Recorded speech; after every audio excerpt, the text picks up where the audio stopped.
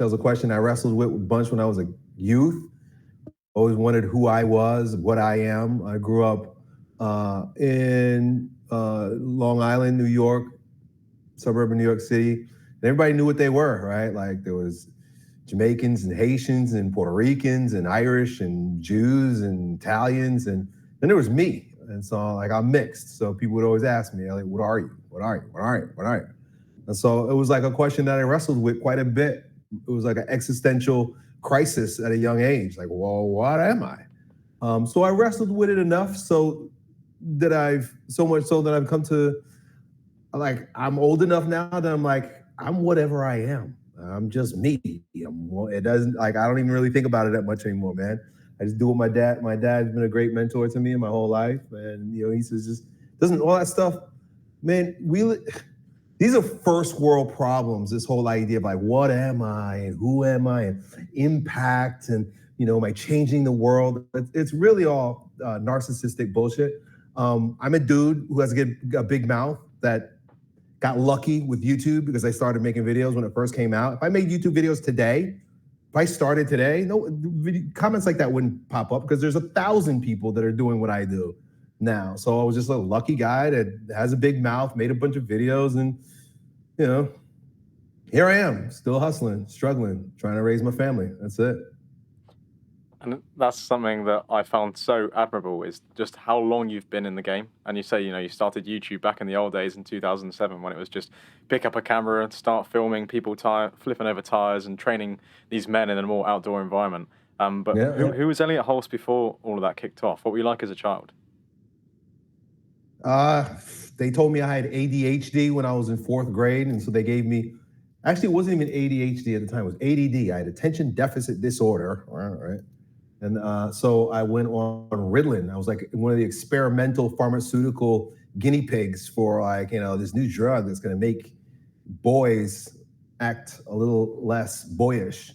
And so that was me. Again, when I was a kid, I was like, I was the strongest. I was the fastest. I was most athletic. I was like the team captain. But when it came to school, like they couldn't shut me up. Like I didn't want to sit down and listen to this middle-aged biatch talking to a bunch of kids and trying to, impose her will on me. I'm a willful person, so didn't fly very well. So they drugged me when I was real young, and then so I got resentful and was like, all right, you gonna drug me? Well, I'm gonna be what you say I am. And so I got into a lot of trouble as a result, and was in and out with the law when I was, in middle school and stuff, stealing stuff, robbing things, doing drugs, drinking, like a lot of the stuff that guys get into, like when they're later in high school or college.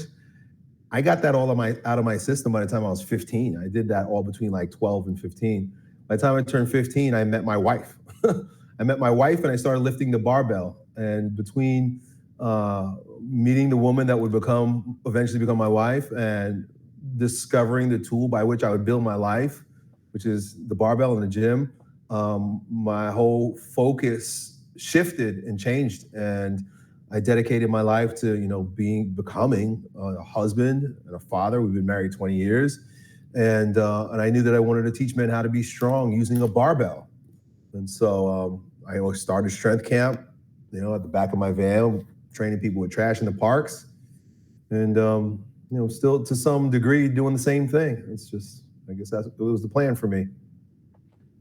Your dad said on your podcast that he values freedom above all else and doesn't like to be controlled, and that it's just his nature. And obviously that's something that would have been passed down.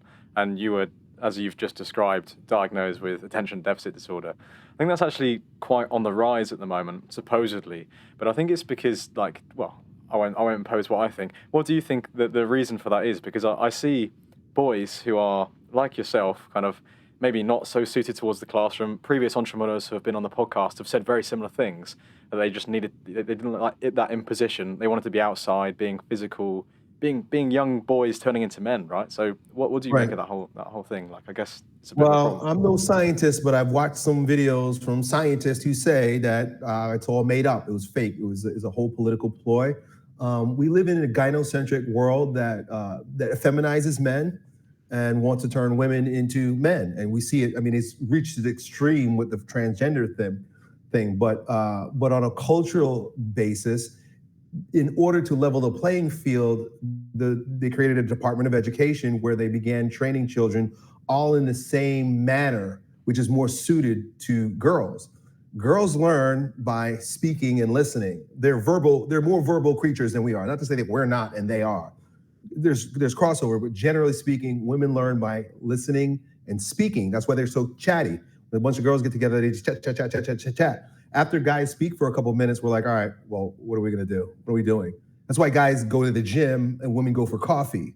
And so the education system is set up, and more so today, even back then, because they've gotten rid of phys ed, they get rid of sports, they get rid of physical activity, and it's all designed for sitting down, talking, and listening.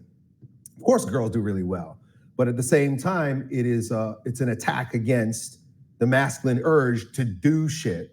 And so as a young man and as a man, like, we learn with our hands, then learn by doing things. And so the whole idea that there's attention deficit is basically a repackaged name for being a little too masculine as a boy. You're a little too boyish. We need you to sit down, shut up, and act a little bit more like a girl. And so thus they created a disease and pills to go along with it. I suppose it's one of those things where you could probably pick a fine number of cases that might be deemed as that, but there's so many other things that are being lumped into that category that's kind of ruining the definition, as with like depression and anxiety as well, I guess. Like, just mental health in general is so Right. trivialized to the point where everyone seems to have something in this modern world, and that doesn't invalidate the small percentage of people that genuinely do have like the things that are going on. But I suppose like there's just been an epidemic of people seeing that and the victimhood culture and all this stuff that you were able to kind of escape from, and you found the gym, and that was your kind of way out.